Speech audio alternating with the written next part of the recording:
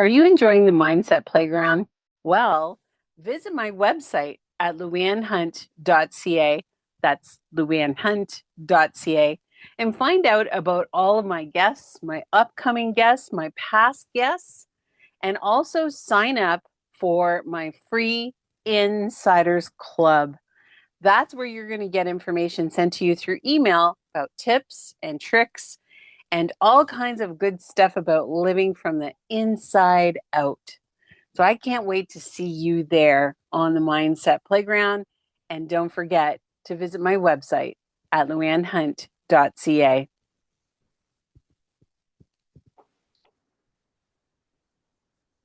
Hey everyone, welcome to the Mindset Playground, where you're going to get your daily dose of positivity. And I'm your host, LouAnne Hunt. And I am so excited that you have joined me today on the playground because I have such a fun show.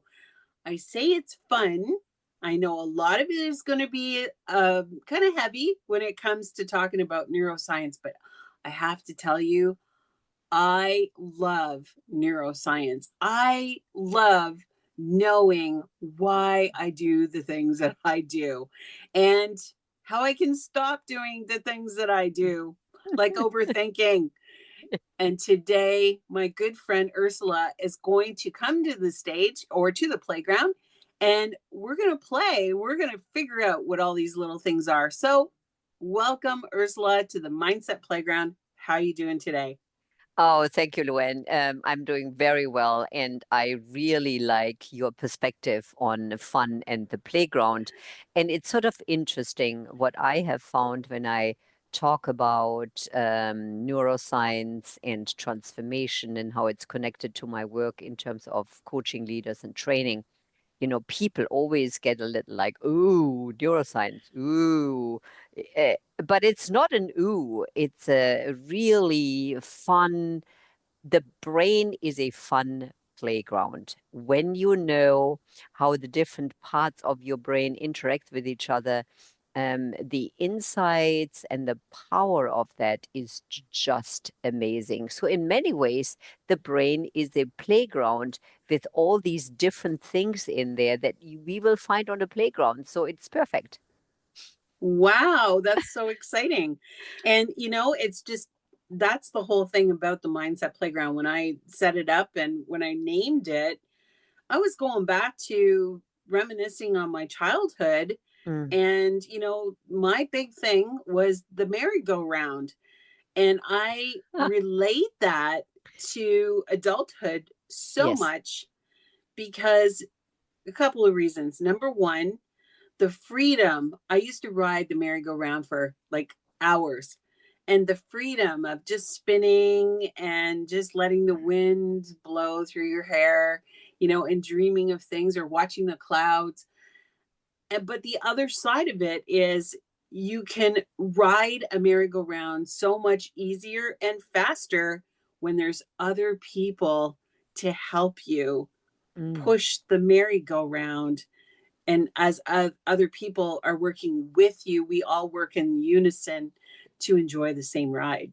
Yeah, absolutely. And it's interesting the merry-go-round in terms of the brain, where I thought you were going was actually thinking of, there are so many things happening in our brain in terms of thinking and repetitive thoughts. That can sometimes be the merry-go-round that's not so fun because it keeps it keeps us Spinning. spinning, yeah. And if you've ever been on a merry-go-round where people are actually pushing you too hard and you say, let me get off, I want to get off. And that sometimes feels like the brain. It's like spinning, spinning, spinning at dizzying speeds. And the question is, how do we get off that? How do we get off that merry-go-round that just makes us dizzy? Yeah.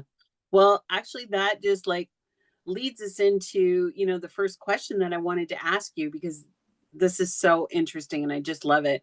So, a lot of people have to worry about breaking out of old patterns and forge new neural pathways. So, what's one common mental loop? And that's perfect for the playground merry-go-round Yes, is that yes. mental loop because it keeps spinning and spinning. Hmm. Now, a lot of these, they talk about high achievers, but it's everyday people Yes, that experience this as well. But there's a lot of high achievers that might keep them stuck. yes. So how can they begin to rewire it? How can we begin to rewire it? Yeah, no, it's a really good point that you're raising. High achiever or not, we have internal conversations with ourselves, and basically, that all it might sound different for every person, but it's sort of like I am not fill in the blank enough. That's the merry-go-round that can keep us spinning.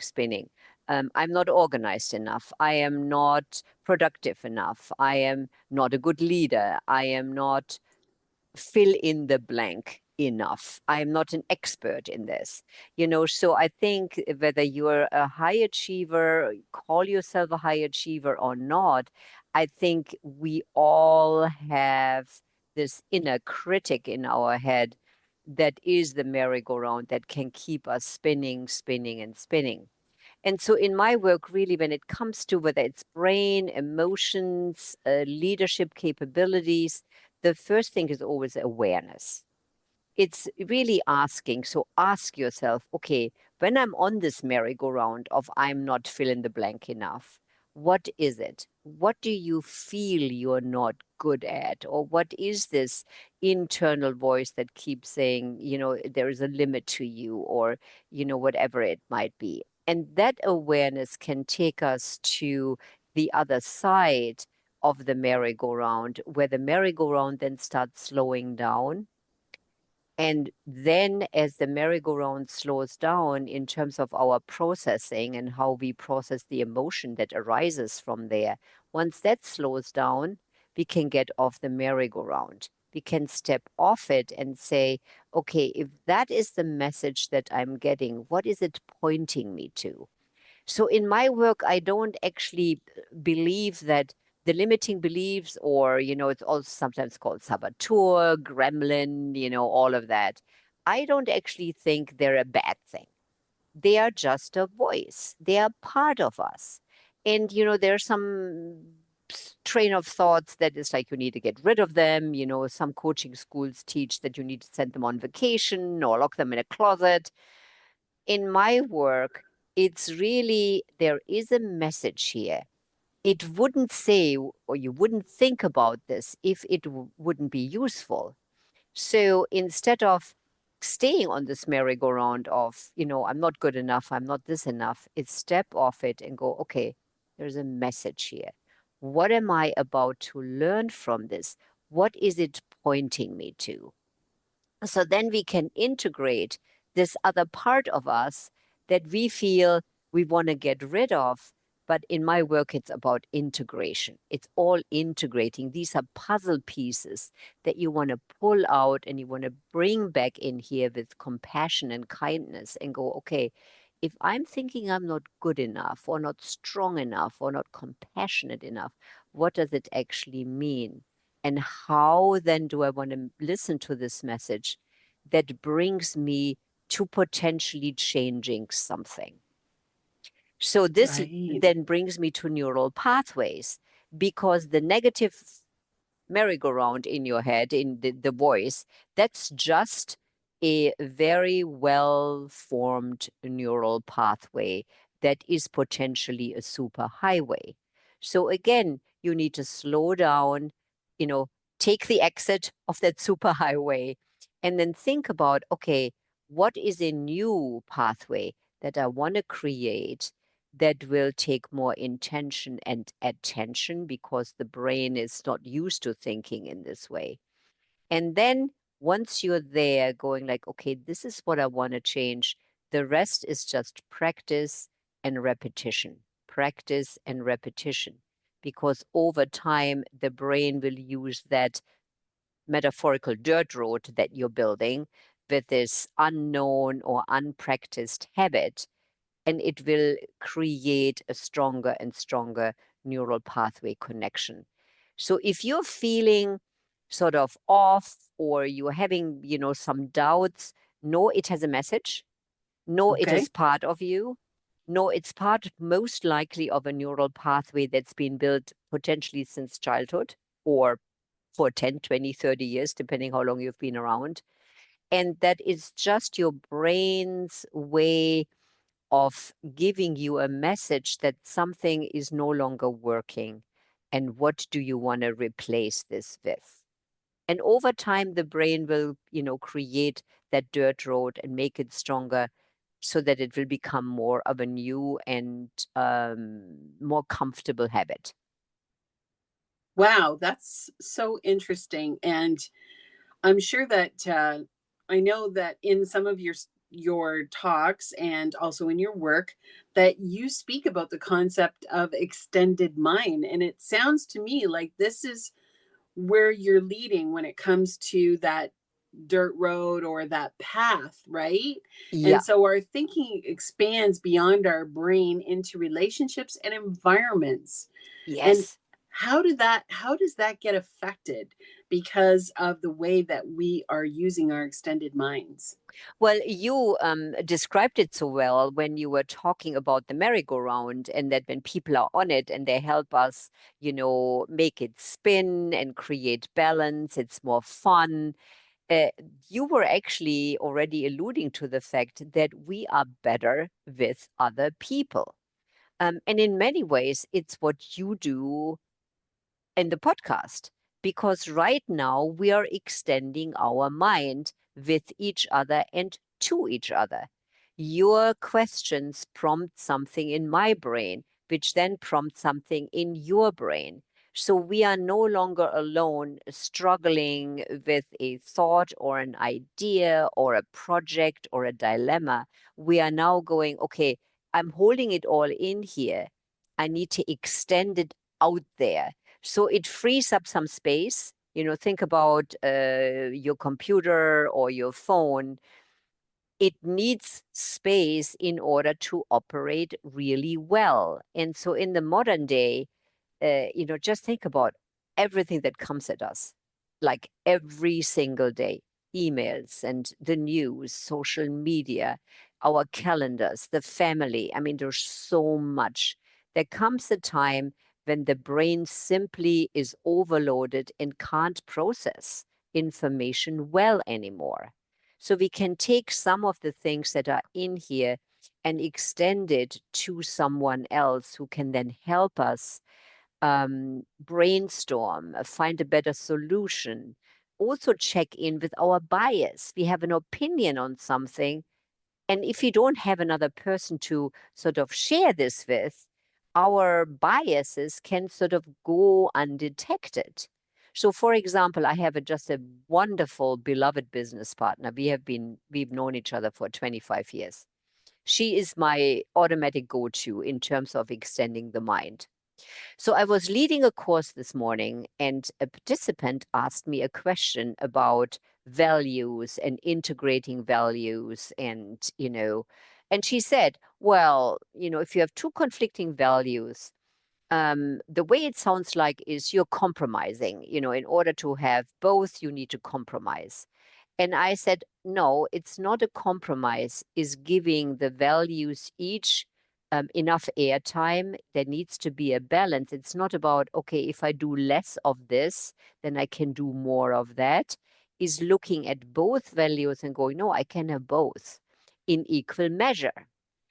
And when the course was done, the call was done, I was sort of contemplating this, and it was in my brain. And I thought, was this the right answer? Am I right? Is it a compromise? I mean, really good question. And so I text my business partner and said, context, values, question. Is it integration or is it a compromise? Are we compromising? Because I needed to get this out of my head. It was stuck in there. And her immediate response was, no, it's not a compromise. We need to integrate these two values. So it's a yes and, not a yes but. Ah, And then I went like, that's what I said. Okay, thank you. It became clear, something that was fuzzy in here. I wasn't sure. I extended my mind to Anne. The response came back and it was like, yep, that's completely clear. That's what I thought, but I wasn't sure. So extending the mind can help us on so many levels with doubts, with clarity, with new ideas. And we are wired from, evolution. We are wired to be in community. We are not wired to be soloists. We are wired to be in connection. We are wired to be with other people. That's our connection to tribal, to community that date back thousands of years. So extending the mind is choosing another human being that you trust, that you are connected to, and sharing what's in your brain and offloading it so that they can help you with a variety of solutions, whatever it might be. So that's extending the mind to someone else. Now, environment is interesting. So I'm curious, when you do your podcast, you have this environment. When you do other work, do you go to a different space? You mean like in my office? Like Yep, I'm in in your my office or office. in your house. Do you change location? And what does it do for you? Well, I have to say that most of the work is done here in the office, but every once in a while, I will sit at my dining room table because Mm-hmm. it's in front of a huge window. I Mm-hmm. can look out, it's beautiful light, and but I can't do anything professional. Well, maybe I could, but I look at it as this is my professional setting. And whereas in front of that window, I do work on my laptop, but it's just work where I'm not meeting with somebody else. I'm Mm-hmm. just maybe at my laptop, maybe checking my email or, writing an email, something to that effect. Yeah. Or It's a yeah, different experience, right? absolutely. It's a different energy. And it's funny that you say that because I have exactly the same thing. I'm in my office when I coach, train, I do emails. Every now and again, I take my laptop and go downstairs, have the same thing, beautiful windows overlooking a pond, the dogs downstairs. I see the ducks. There is a different energy there. There is a little bit, it feels like I have more access to creativity. It's not as sort of externally focused, it's not as intense. I'm more Yes. relaxed down there. And so when I need to access that energy, I change environment because my body, everybody's body, wires in this feeling of, oh, here I am. This means work. This means focus now. And when we go to a different spot, either a couch with a pillow or being with a dog and looking out the window, now the brain and your body go, oh, we're now more relaxing. So Hmm. every time we change environment, indoors, outdoors, different space in the house, even just changing positions at your desk, the brain and the body connect that to a different experience. So we have different energy. And so for leaders that work in the corner office or whatever, getting out of there when you need a different kind of energy, when you need to access something different, change location. Ah, that's interesting. Yeah, that's so true because it does really make a difference. And I don't know, maybe I should try doing one of my podcasts. It probably would be a lot more natural, a lot more fun. It would be I relaxing. mean, it could be, maybe certain topics lend themselves more to that environment. And it's even interesting that the brain even processes things like artwork and books on the shelf. So that the history of us, our certificates, the little, the pictures that we have, you have the picture of my granddaughters in the back and the flowers and all of that. And so the brain connects that to a certain way of being and processing information. And when I go downstairs and I sit at the dining room, there's different things my eyes are looking at. And so the brain makes different connections. And that Ah, can be extremely useful. I work with some clients who are writers, and they take their notebook or computer, they go to a coffee shop because they need the noise, they need the energy of other humans. And for some people, it's like, oh my gosh, no, coffee shop, that's way too distracting. I'm going to go into my little corner office and close the door. Different things for different brains, different things for different bodies. And so test out, if I change location, if I go to a different room, what's happening? What's happening in my body? How does my body react to the change of scenery? And that will give you a clue what's needed and what you can access in terms of a different experience. interesting. That's very interesting. I And have by the way, sorry to interrupt. By the way, we're talking about the book, The Extended Mind by Annie Murphy Paul. So if you're listening to this podcast, I highly recommend Annie Murphy Paul's book on the extended mind. The research is fabulous. The stories she's telling, amazing. Much of the research is done in schools and colleges wow. Well, because it's about learning, right? How right. do we learn better in a different environment? That's very interesting Mm-hmm. because if you put yourself in a separate environment, then it's possible that you're going to reach a whole different I will reach a whole different clientele Yeah. or yeah, interesting.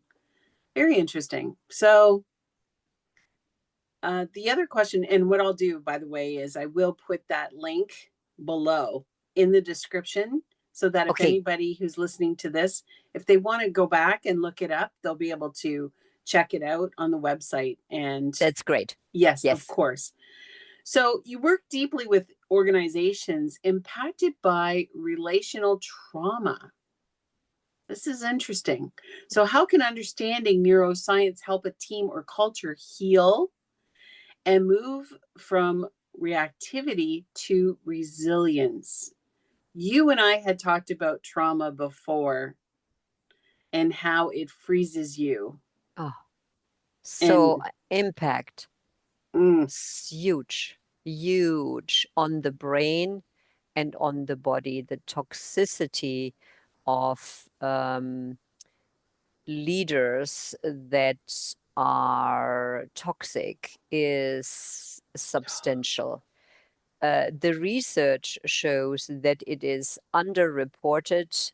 Um, there are way more toxic leaders than we think they are, and the impact on their leadership, mindset, outlook, the actions they take has a huge negative impact on our cognitive function, our cognitive processing.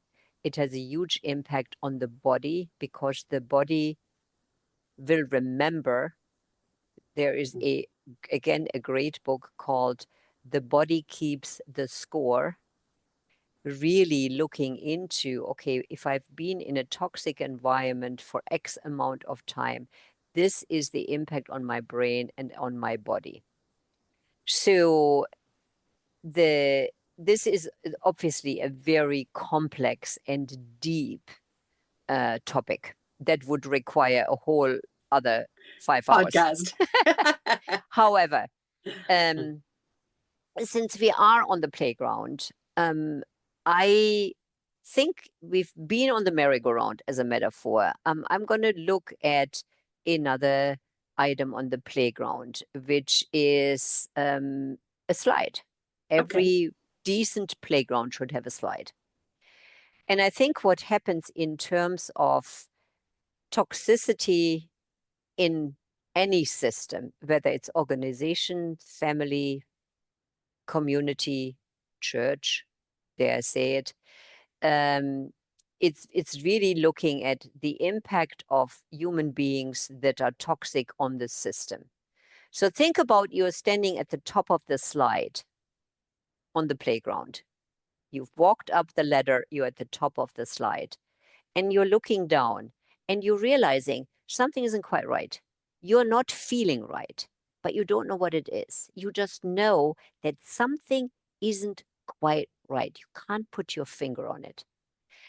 And over time, what will happen, you most likely will go and sit down and you will slide down. And over time, the longer you are in a toxic environment, the further down the slide you will go until your brain and your body will hit rock bottom. Ah, So the the the knowledge, so if you feel something isn't quite right, you get this feeling from supervisor, leader, colleague, friend, partner, whoever, are they rigid? Are they conflictual? Are they antagonistic? mm, And is it not just because they had a bad day? Trust me, I can be antagonistic if I'm stressed and I'm frustrated and I had a bad day or a bad week. It's momentary. It's a moment. It is not a pattern. So as it relates to toxic behavior in terms of, being sort of manipulative and antagonistic and self-righteous and all of that, yeah, as I said, we all have a bad day. But if it is a pattern, then you need to pay attention. But because if it shows up as a consistent pattern, then there is something in the system, there's something with this person that points to a dysfunction. And that will have an impact on you, on your brain, and on your body over long periods of time. Now, how can we heal? That depends. Is the system open to healing? Because right, what healing requires is first looking at what's toxic here. Without the awareness, this is the toxicity that is this in the system, and this is who is creating it. If we don't know where it's coming from, there is really there. How can you heal from something if the piece of meat in the stew, to just use another metaphor, yeah, is a bad piece of meat? You'll have a stew that you can't eat. So it right, doesn't matter whether you change the peas and the potatoes. If the piece of meat is the piece that's making the stew bad, what do you have to do? You have to get rid of the piece of meat. And then you right, have a stew that has the potential to become better. So healing trauma in organizations really requires a huge amount of awareness, a huge amount of courage in terms of leadership, getting rid of people that are toxic, and not buying into the excuses that right, often we have about leaders. Oh, it's just the way they are. Or they have to be charismatic. They have to be out there. They have to be that loud. They have to be that in. No, they don't. If the impact on the system is that people are scared, doubting themselves, feeling belittled, criticized, then there's something in the stew that makes the stew not edible. And so right, pay attention. And then the question is, what are you wanting? What are the choices that you have, that you can have? My oldest daughter worked in a very toxic organization a couple of years ago. And when she realized that it was the CEO that was creating this, the choice was, should I stay or should I leave? Can I have an impact on the system? The answer was no, because he was the CEO. So the higher up that person is, they have more power. If you think about it, they have more yes, influence. So the answer was, I can't. I have to leave, and I have to leave, as quickly as I can, and do it in a way that also brings about some honesty to the people that are still in the system. I'm going to let them know why I'm leaving. Right. So it was a very hard decision, but at the time it was the only way for her to take care of herself. And that's the key right there. Yeah, At the end of the day, yeah, you have to take care of yourself. yes, No yes, matter what the situation is, yeah, whether it's a parent, a relative, yeah, a close family member, a friend, yeah, a coworker, a boss, it yeah, doesn't matter. yeah, At the end of the day, you are number one. yeah.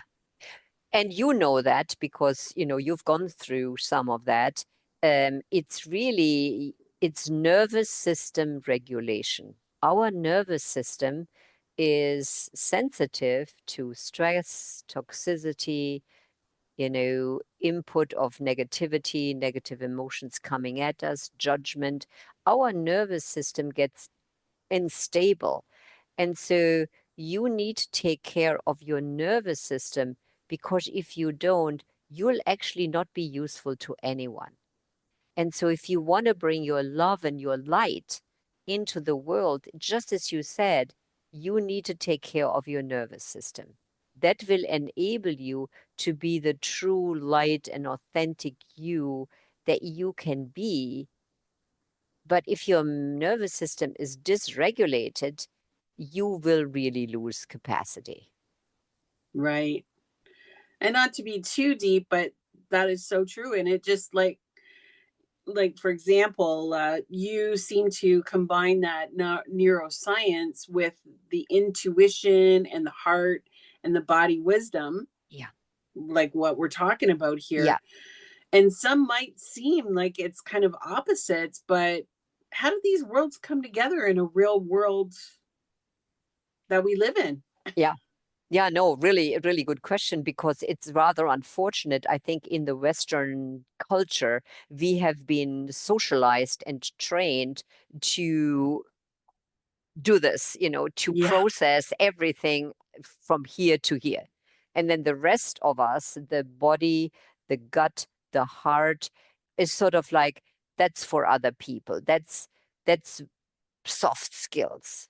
That's woo-woo and all of Yeah. that. That has no place in the work environment. Here it's about productivity.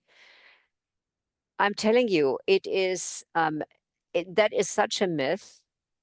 The research shows that 90%, 90% of all information, especially new information and new insights, come from the body to the brain. We have a superhighway of connection in the body called the vagus nerve. And that the vagus nerve is connected to all the major organs and it sends information from the body into the brain. It's not the other way around. Your body is the first go-to place in terms of how do I feel. So to your question, it's a system. It's not isolated. It's not just the brain and not just the heart and not just the body. It's everything. It's a connective system. And I think our job in this world at this time is to redefine and find again the connection between our smart brain, the tender heart, and the body that is so in tune with how we're feeling. And your heart doesn't want to be ignored, and your body doesn't want to be ignored. It again has a voice, and we need to tune into it and give it credit rather than saying, oh, yeah, no, it's just my gut feeling. No, it is your gut feeling. It's telling you something. So listen Yeah. to it. And then extend the mind and share it with someone. Say, I have a funny feeling about this. What do you think? I have a gut feeling that something is not quite right here. I need to check this out with you. My last guest said that your gut will send you a message. So don't send it to voicemail. I Yeah, thought that was so great. that That's is so true. great. That is so true. Yes, it's same with your heart. Your heart is telling you something. It doesn't want to be sent to voicemail where it sits there probably forevermore and you're never going to listen to it. So trust your system that is so powerful and wise, that is constantly wanting you to pay attention. And ignoring it is not useful. It's also really unhealthy. Right, that's for sure. So, for those who are listening and they feel disconnected from their purpose or unsure what's next, this is a big thing, especially with people who are experiencing something completely new in their life, such as maybe they're an empty nester, they've just retired, or maybe it's something that wasn't a big event, but they just didn't expect it. Like, somebody who's worked so long at college or university and they graduate, and after all that work, they can't find a job. So Yeah, the big question is, now what? Now I what? know. Now what do I do? I So, mean, I know this is going to sound funny, but my first answer to that question is you need to hire a coach. ah, And I'm yeah, and I tell you why. yes, It's extended mind. ah, People, this it's very hard to figure out what meaning is for you in your life, what your purpose might be, what your values are that you want to honor in your life that bring you to fulfillment. And then what are some action steps and how do I stay accountable to myself? That is very hard to do when you're doing it on your own. I mean, yeah, there's online programs on in terms of, figuring out meaning and purpose and values, but without the interaction, the other brain of another human being who is trained to hold space for you, to point you with questions that you don't think about yourself, that is a key aspect of going to what is next. And I see this not only in my life, but I see this certainly in my clients who are often at some kind of transition. My husband retired or semi-retired 5, 6, it was almost now 7 years ago, and he didn't have a coach. I mean, he had me, but how that goes. Coaching family members, not a good idea. But I sort of prompted him saying, well, what's important to you and what's fun? You're semi-retiring, you're out of this, 45-year career. Um, you know, like what would be fun for you? What's the experience you want to have now? These are not questions that he sort of would come up by himself. And so he dabbled in various things, and there were things he failed at and things that didn't work. And he tried that for a year and it didn't work. And then over time, as he was experimenting, he landed on a really good structure of how he could do retirement his way. That gives him meaning, it gives him purpose, it's fun, it's not stressful, and he can also support me because I work a lot. And so I have this other wonderful person now that has the time to make me coffee and empty the dishwasher. that's the best part. That's the best part when you have someone who's semi-retired. So it's really, and I'm really not kidding, hire a coach because they will help you find some sense of direction, but also will hold you accountable to what is next. This is the next step I'm taking. This is the resume I'm rewriting. This is an interview I'm doing. There will be this question, how did it go? How did it work? What did you learn? What do you want to do differently next time? So you are constantly learning and shifting and going, and this person will help you find a sense of direction. Now, Right. if you don't want to hire a coach, it's too bad, but if you don't, then find a human being that is not judgmental, but is simply curious and can, extend your mind. Find a buddy, find someone you really trust. and go to them and say, I need help with figuring this out. Now, without going into self-promotion, I actually have a assessment called the Core Passion Assessment.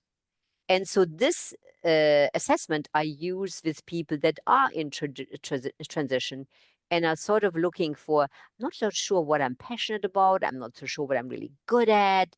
And so that can also help, whether it's core passion assessment or any other assessment that can point you in the direction of meaning and purpose.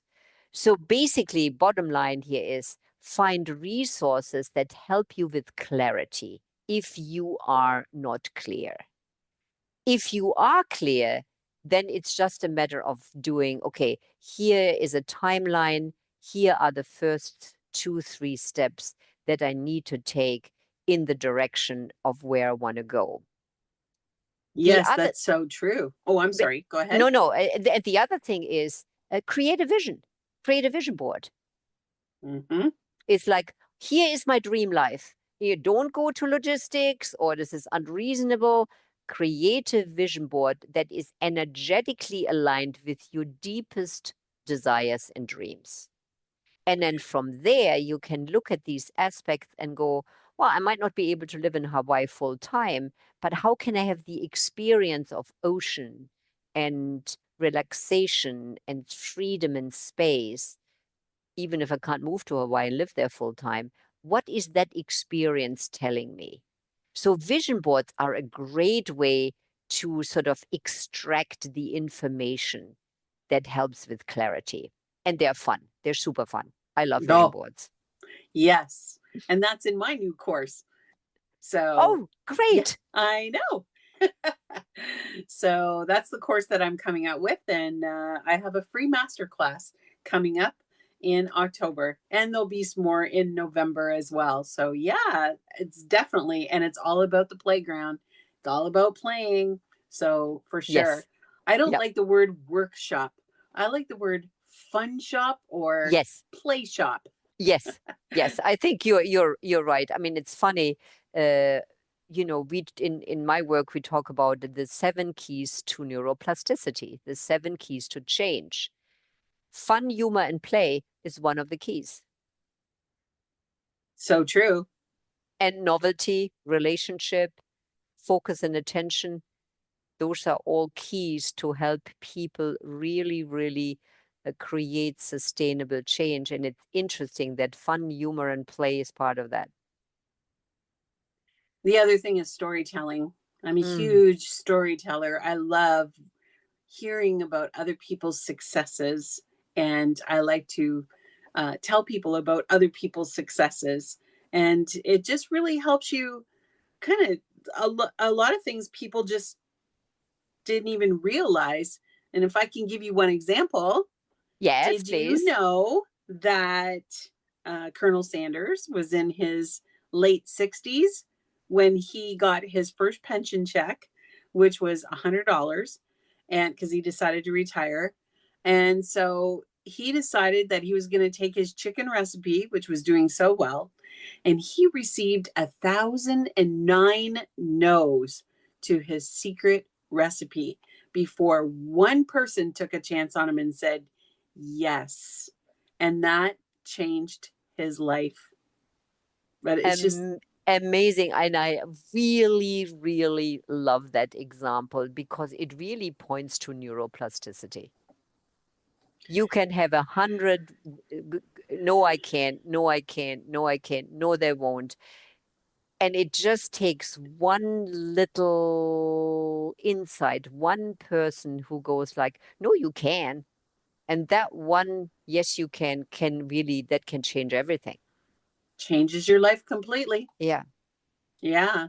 And I think that just saying yes to yourself. Now, if I could just back up real quick about that Mm. vision board, one of the things that's kind of fun because, it's interesting because I like to go and I like to put vision board classes together and we all get together and we do vision boards and we have fun with it. But my husband, like your husband, they don't think beyond that, the everything is black or white with them, it seems sometimes. And I said, I really want to go down to the Friendship Center, which is a senior center. And I said, I want to do a vision board class. And he Mm, says, well, they're all retired. And, he says, they're not going to have a vision because they've already lived their vision. mm, I said, well, I don't know about that. But anyway, so I said, well, I'm going to change it. I said, we're going to do a joy board. So I told them, I said, I want you to think of everything that brings you joy. What do mhm. you like? Is it your flowers in the garden? Is it your grandchildren? Is it your children? Like, what really makes you smile and brings you joy? Something that you look forward to. And it was so much fun because a lot of them put their grandchildren on their vision boards, and then they were holding them up, and they were like, oh, and this is little Sally, and this is when she was 5, and now look at her, this is when she graduated. And so they were just so excited. And I yeah. love that. I love that. And in many ways, a vision board is a joy board because we put on there all the things that we love and we want to create and we that give us joy. I mean, that is in many ways a vision board is a joy board because that's what should be on there. The things that really make you smile and is your happy place. Whether you currently have that already in your life or whether it's a vision towards that joy. And so I love that. Yeah. It's your journey towards that joy. And then from there you can bring it back to today and say, okay, if I'm here now and I'm looking at the joy board, how can I get from here to there? What are the steps I need? And so yeah, I love that. A joy board. Yep. I need to do one for next year, I think, for 2026. It's always a good thing. Yes, absolutely. Yeah. And a money board. We all Money should board. have a Well, money board. money is on the joy board. I Money actually have gives a me money joy. board. Yeah, exactly. Ah, Oh my goodness, this has been so much fun. Thank you yes. so much for stopping by. Now, before we finish, I always ask my clients or my guests for 3 golden nuggets to leave the audience with. So, what would Mm. your 3 golden nuggets be? Oh my goodness, 3 golden nuggets from all of this. Okay. Neuroplasticity and change. Be patient. Change is hard. But it's brain related. So don't give yourself a hard time if it feels hard. It's just neuroplasticity. If you keep at it, something good will happen. Don't give up. It's just your brain wanting you to travel along that super highway. You're building a dirt road that is going to take some time. Be patient and compassionate with yourself. Extended mind. Pick your favorite person on the planet and have them be your extended brain because you will feel so much better. You will get so much inspiration. It will help with so many questions that you might have. So choose your favorite person on this earth to have them be your extended brain. Um, get outside more because the nature environment will also help you release some of the pressure that is in here. And then joy board, play, fun. Know that it is a key element for us as humans. Life is serious and life can be really hard, but don't forget to look at play and what gives you joy. It's really, really important. Wow, those are some great nuggets. Well, Ursula, I know that you have a podcast, I so I'm do. going to put the link for your podcast in the description below as well, so they can listen to more of this amazing neuroscience, which I'm sure there's a lot. Is there a lot weaved into yours as well? Yes, yeah, Oh, yeah, wonderful. it's either I have invited people onto my podcast or just as in this case, it's it's conversations with Ursula. So this podcast will also be on my website. So Oh, thank you. yeah, pass it on. If you liked what you heard between the two of us, then make sure that you like it, make a comment, pass it on. Wonderful. I'll make sure that all of that information is below. And until the next time, because I know there will be a next time, and I hope probably so. many times after that, thank I you hope so so. much. And you too. Thanks so much. You're just an amazing human being. I so enjoy you. So thank you for inviting me and sharing this hour with me. I really appreciate it, and I hope the listeners are enjoying it just as much as I have. So again, thank you and have a great week. Yes, you too. And sorry about my boys in the background, but when we're talking about stuff that's so powerful, I know Hmm. they can sense it. And so they say hello as well. That's But great. anyway, thank Okay, you so take much. care. Yes. Bye bye.